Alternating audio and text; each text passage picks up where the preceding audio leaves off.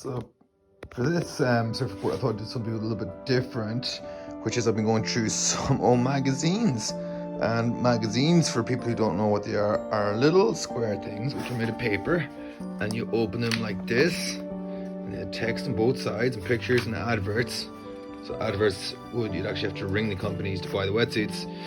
But no, there are still some magazines, like you have Backwash, which come out very, very high quality, might come out every week. But back in the day, you did have magazines like Surfing. I had a subscription to Surfing for quite some time. I wasn't really into stand-up surfing at the time, but it was cheap and they came out really regularly, and they're all, like, pretty much jam-packed full of stuff. But when you didn't have loads of Instagram and loads of Facebook, you kind of had to either have no information about the surf world, or you had to read Surfing magazine.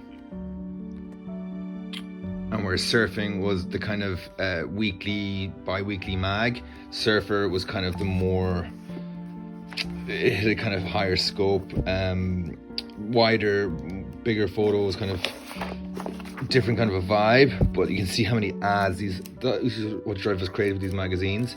You'd have an article and then like 5 ads: skate, surf, just, you know, so many ads to keep them going. And it got really, really bad up to around 2001, 2002. And before the financial crash in 2008, like, it basically fell out for the print media. So a lot of really talented people would have put these together. Carve magazine over there would have been a big one for us. That was the UK Surf magazine, and that would have been run by Rob Barber and the guys at Orchestra Steve England, people like that. And Rob would have also done the iconic 360, which is my Bible. So this is only a fraction of the amount of magazines I was able to find. I mean, I would have had thousands of magazines probably at one stage, stored in various different locations or borrowed. The reason I would have so much surf magazines is because there was very little bodyboard media back in the day, and very, very hard to get in Ireland. The only place you could get some magazines in Ireland was Surf World in Bundoran, which was huge crack, going up, trying to start some ways in Bundoran, and then making sure you go to Richie Fitzgerald's shop to get the latest 360 or Carve magazine. And it was just a buzz getting surf mags. It was such a bedrock of what surfers did, and we exchanged them, we would talk about them in each week. And I mean, now it's great to have it all on top, but there's definitely something gone and missing of it. It was a magical time to grow up when magazines were at their height. But so we talk about differences between Surfing and Surfer and all these different magazines. Carve was kind of like more like the Surfing magazine. So Carve was kind of like the Surfing magazine, and the Surfer, the more stylish, long form magazines with the better photos, maybe come out only 4 times a year instead of 8 or 12. It would have been Surfer's Path and Wavelength. So Wavelength actually came out with a beautiful edition recently, which I think it features yours truly, and a nice Irish section there. So that they're kind of going for a different style. Some of them are real tabloidy, let's say, and some of them are more broadsheet. That would be a good way. This would be real tabloidy. I don't think that magazine lasted very long. And the Surfer's Path were just like so nice, and the writing, they didn't have too many glitzy photos. They still had lots of ads, like every surf magazine had ads to keep going. But some of the articles in these were really, really great, and that's why I used to like these surfer magazines, because you could learn a lot about the history of the sport and old days in Hawaii and all these crazy stories.